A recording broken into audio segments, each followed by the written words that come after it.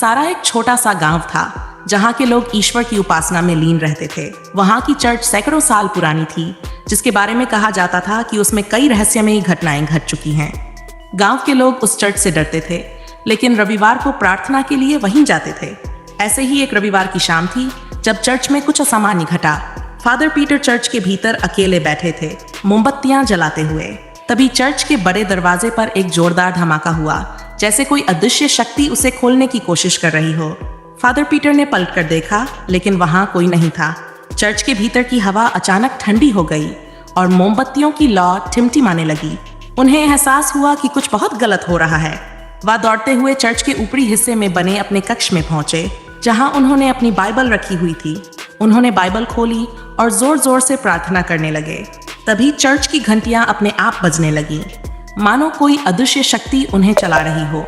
ये सब देखकर फादर का दिल तेजी से धड़कने लगा। उन्हें याद आया कि पुराने दस्तावेजों में इस चर्च के बारे में कई रहस्यमय बातें लिखी गई थीं। उन्हें अचानक वह रात याद आई जब उनके गुरु फादर मैथ्यू ने उन्हें बताया था कि यह चर्च किसी प्राचीन रहस्य से बंधा हुआ है। इस चर्च के नीचे कुछ ऐसा दफन है जिसे कभी उजागर नहीं होना चाहिए। फादर मैथ्यू ने एक बार कहा था, यह ईश्वर की परीक्षा है और जो भी इस रहस्य को जानने की कोशिश करेगा उसे बड़ी कीमत चुकानी होगी। फादर पीटर अब उस रहस्य को जानने के लिए बेचैन हो गए थे। उन्होंने चर्च की पुरानी दीवारों पर बने निशानों को ध्यान से देखा। दीवारों पर अजीब आकृतियां और लिपियां बनी हुई थीं, जो उन्होंने पहले कभी नहीं देखी थीं। ये सब देखकर फादर ने निर्णय लिया कि वह उस रहस्य को उजागर करेंगे, चाहे कुछ भी हो जाए। अगले दिन वह चर्च के तहखाने में गए। तहखाने की सीढ़ियां बहुत पुरानी और धूल मिट्टी से भरी हुई थीं। नीचे का वातावरण और भी ठंडा और डरावना था। उन्होंने अपनी टॉर्च चलाई और तहखाने के कोने कोने को खंगालने लगे।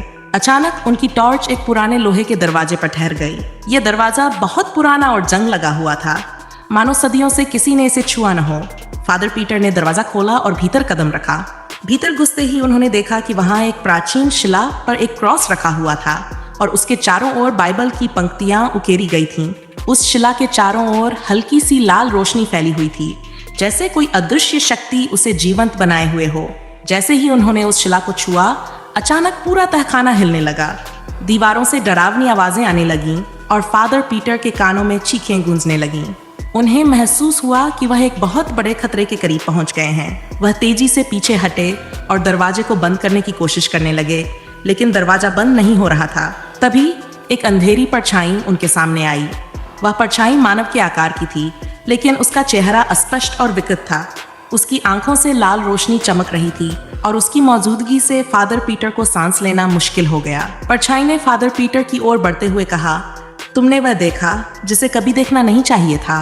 अब तुम इस चर्च का हिस्सा बनोगे, जैसे तुम्हारे पहले आने वाले पादरी बने थे। फादर पीटर ने अपनी पूरी ताकत से प्रार्थना करनी शुरू की। वह बाइबल की आयतें जोर जोर से पढ़ने लगे, लेकिन परछाई पर कोई असर नहीं हो रहा था। वह उनके करीब आती जा रही थी और फादर का दिल डर से कांप रहा था। तभी अचानक चर्च की घंटियां जोर जोर से बजने लगीं और एक तेज रोशनी पूरे तहखाने में फैल गई। उस रोशनी में एक अदृश्य शक्ति ने परछाई को पीछे धकेल दिया और वह गायब हो गई। फादर पीटर ने राहत की सांस ली, लेकिन वह जानते थे कि यह केवल शुरुआत थी। वह उस क्रॉस को उठाकर ऊपर ले आए और चर्च के मुख्य हॉल में स्थापित कर दिया। वह समझ गए थे कि यह क्रॉस ही वह शक्ति है जो इस चर्च को बुराई से बचा रही थी। लेकिन अब फादर पीटर के मन में एक और सवाल उठ खड़ा हुआ, इस क्रॉस को यहाँ किसने रखा और क्यों? जवाब अब भी उनके सामने नहीं थे, लेकिन वह जानते थे कि उन्होंने एक बहुत बड़े रहस्य को छुआ था। क्या यह ईश्वर की इच्छा थी या किसी प्राचीन शक्ति का खेल? चर्च के रहस्य को समझने की उनकी यात्रा अभी खत्म नहीं हुई थी, बल्कि अब तो ये और भी गहरी हो गई थी।